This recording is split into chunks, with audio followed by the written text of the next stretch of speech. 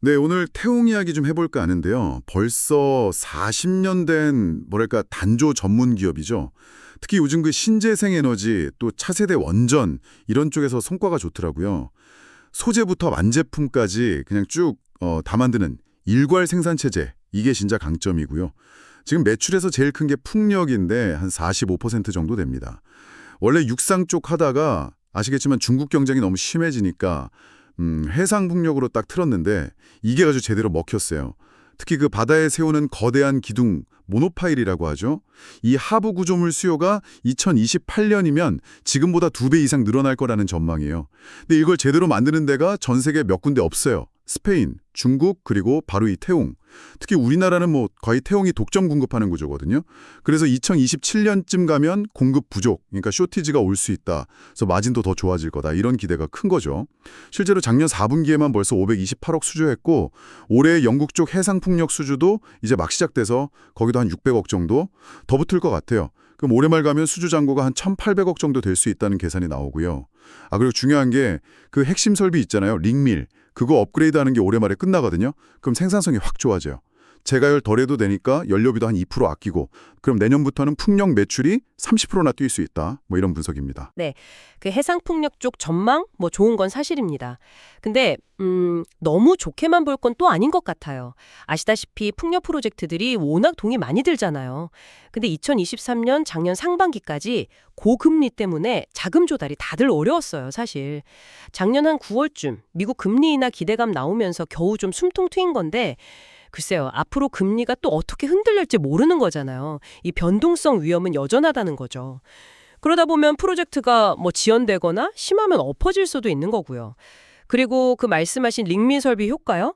그것도 이제 내년부터 기대하는 거지 지금 당장은 아니잖아요. 안정화 목표가 올해 4분기라고는 하는데 이게 또 늦어지면 내년 1분기까지 갈 수도 있다. 이런 얘기도 있고요. 과연 뭐 예상대로 그렇게 매출이 확 늘고 비용이 줄어들지는 좀 냉정하게 봐야 합니다. 당장 올해 1분기 실적만 봐도 매출 850억에 영업이익률이 고작 1%대였어요. 1%대.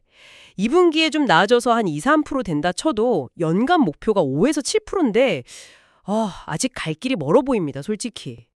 이쪽 성장세가 정말 놀랍다고 보거든요. 미국의 홀텍, BWXT 이런 선두 기업들하고 이미 협력하고 있고 홀텍하고는 올해 2월에 벌써 계약해서 당장 올 3분기부터 매출이 나온대요. 이게 원래 한 2027년 그때쯤 수주할 줄 알았는데 2년이나 빨라진 거거든요. 이건 단순히 계약 하나가 아니라 이 시장 자체가 생각보다 훨씬 빨리 열리고 있다는 신호 아닐까요? 캐나다 추가 수주 가능성이나 뭐 테라파워하고도 얘기 잘 되고 있다고 하고요. 2035년 넘어가면 전 세계 SMR이 1,000기 이상 지어질 거란 예측도 있잖아요. 그토되면 태용은 SMR 부품이랑 그 사용 후 해결료 담는 통, 캐스크라고 하죠. 그것만으로 연 2천억 이상 매출. 이걸 기대하고 있어요. 최근에 일본 도시바 쪽에서도 이 캐스크 보러 실사 다녀갔다고 하니까 조만간 또 좋은 소식 있지 않을까 싶어요. 태용이 가진 그 링밀 기술력이 여기서도 통할 겁니다. 품질, 가격 다 잡을 수 있거든요.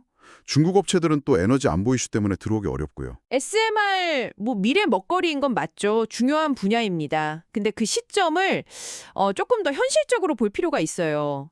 상용화는 여전히 2030년 이후로 보는 시각이 대부분입니다. 지금은 거의 다 파일럿 모델, 시험 단계고 실제로 착공 들어간 곳은 거의 없어요. 그러니까 이게 나중에 실제 부품 가격이 얼마가 될지, 시장이 정말 그 예측대로 커질지 이 불확실성이 상당히 크다는 거죠. 지금 수준은 그냥 우리 기술 이 정도 된다. 보여주고 실적 쌓는 뭐랄까 레퍼런스 확보 단계 이렇게 보는 게 맞다고 봅니다. 그리고 그 연 2천억 매출 전망도 2035년 이후 그러니까 지금부터 10년도 더 뒤의 이야기입니다.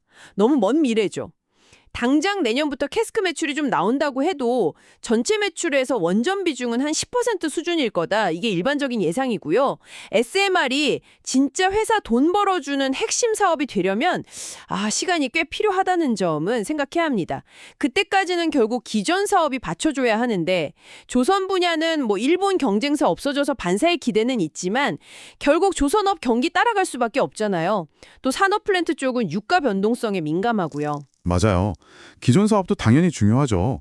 근데 다행히 조선 쪽도 일본 수출 늘고 있고 최근에 현대중공업 쪽 공급망 이슈가 오히려 태용에게는 좀 기회가 될 수도 있다. 뭐 이런 얘기도 있더라고요. 작년에 조선 매출이 620억이었는데 여기서 추가 성장도 기대해 볼 수 있는 거죠. 그래서 전체적으로 보면 하반기로 갈수록 실적은 점점 좋아질 거다. 이게 좀 분명해 보여요. 3분기 매출 100억 이상, 연간으로는 4천억 이상. 이게 목표니까요. 그리고 뭐 중국 철강 감산이라든지 요즘 워낙 약세잖아요. 이런 외부 요인도 수출 많이 하는 태용한테는 좀 유리하게 작용할 수 있고요.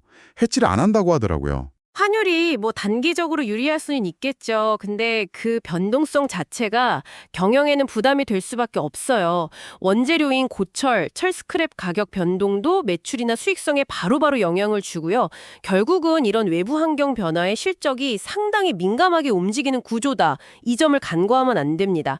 하반기 실적 개선도 아직은 뭐 목표치일 뿐이고 실제 달성 여부는 계속 지켜봐야 할 문제죠. 그 낙관적인 전망이 현실이 되려면 글쎄요, 넘어야 할 과제가 아직 많아 보입니다. 네, 태용. 분명히 해상풍력 그리고 SMR이라는 아주 큰 시장을 향해 나아가고 있는 건 분명해 보입니다.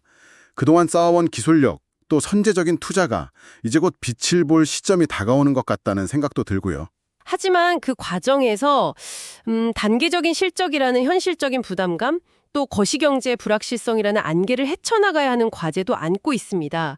미래 성장 잠재력과 현재 위험 요인 사이에서 태용이 어떤 길을 걸어갈지 주목해 봐야겠습니다. 시청자 여러분께서는 이 기대와 우려 속에서 어떤 점을 가장 중요하게 보시는지 한번 각자의 기준을 세워보시는 것도 흥미로울 것 같습니다.